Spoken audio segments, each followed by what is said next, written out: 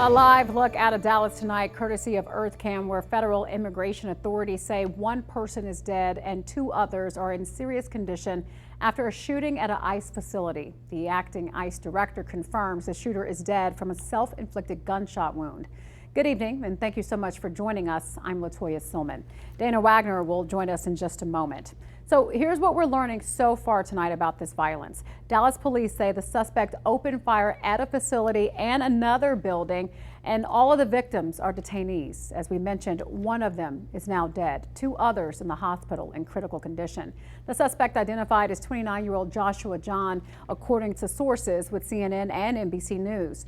Acting ICE Director Todd Lyons says while the situation is fluid, ICE has been facing an uptick in violent threats. You know, I've never seen anything like this in my law enforcement career. I've never seen threats on law enforcement, specifically ICE, increase the way it is. You know, we're up over 1,000% assaults on officers right now. And really just a lot of the talk that's out there, a lot of the rhetoric is just the violence directed towards law enforcement officers just trying to do their job. No law enforcement officers were shot. The first attacks on ICE facilities in Texas, they happened July 4th and the second of July 7th. Now, one ICE agent, no ICE agents, we should say, were injured. The Vegas Valley has two detention centers holding ICE detainees. One is actually in Pahrump, the other in Henderson. And News 3's Tiffany Lane is now live from the Henderson Detention Center to discuss what safety looks like at these facilities following the deadly incident in Dallas. Latoya, we know that they can't give very specific security measures because of safety reasons, but they say they do have a lot of protocols in place, and we'll get to some of those in just a second. But we know that this is all happening when we're seeing a lot of political violence around the country, unfortunately.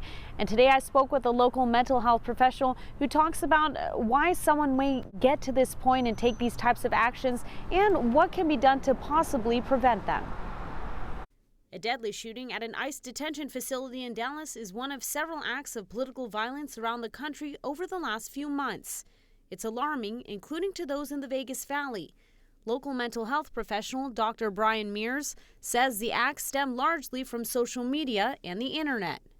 If we discuss a topic, doesn't matter the topic, then the algorithms start to feed into that topic, but it's biased into the way we already lean in our political beliefs. Mears, the founder and CEO of Alleviant Integrated Mental Health, says when people start seeing posts only showing their beliefs pop up, they think everyone thinks the same way. If you see somebody that then expresses a dissenting view than you think of them as evil and bad. They are so different than everybody else, but that's because you've been living in a bubble. He says that's when someone may take violent action. And echo chambers are environments that echo the same sort of sentiment that we have. And so before you know it, we are believing things that are not true. And it leads to a place that the brain can snap because we can become very bitter, very angry. While the incident in Dallas is still being investigated, officials say there were anti-ICE messages found on a bullet near the shooter. News 3 reached out to local detention centers regarding security. CoreCivic, that operates Nevada Southern Detention Center in Pahrump, said in a statement that it has close coordination with law enforcement and government partners, staff training on security and incident response, and state-of-the-art security systems. The Henderson Police Department says its detention center operates under established security protocols and that, quote, "We remain prepared to respond to any situation." According to ICE's website, when it comes to perimeter security, a facility's front entrance is always controlled by a sally port or electronic interlocking doors to prevent anyone from coming in when they're not supposed to. There is always an officer at the post, and they can only let in visitors who have a government-issued ID. Staff and visitors must also wear identification cards while on the property. Now, I did also reach out to ICE, to their press team, and I am waiting to hear back on what they have to say when it comes to security measures, especially after what happened in Dallas today. Yeah, such important questions to ask right now. And Tiffany, when it comes to the psychology of this type of violence, did Dr. Mears say anything about what people can do to prevent themselves from getting pulled into it?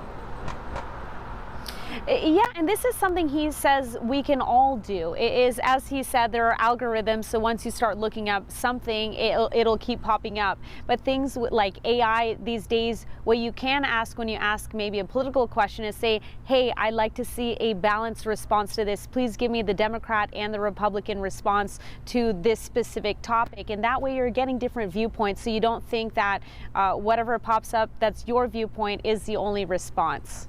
Yeah, that's really important to be able to make sure you're seeing everything about that particular topic and just not one version of it. Thank you so much.